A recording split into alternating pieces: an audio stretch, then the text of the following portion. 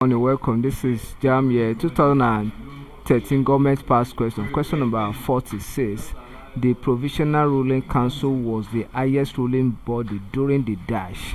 The Provisional Ruling Council was the highest body during the rule of dash. That is, in which administration that the Provisional Ruling Council was the highest organ in military?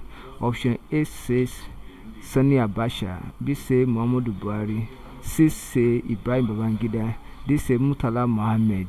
The person that was the head of state when the Provisional Ruling Council was the highest ruling body in the military was Ibrahim Babangida, option C.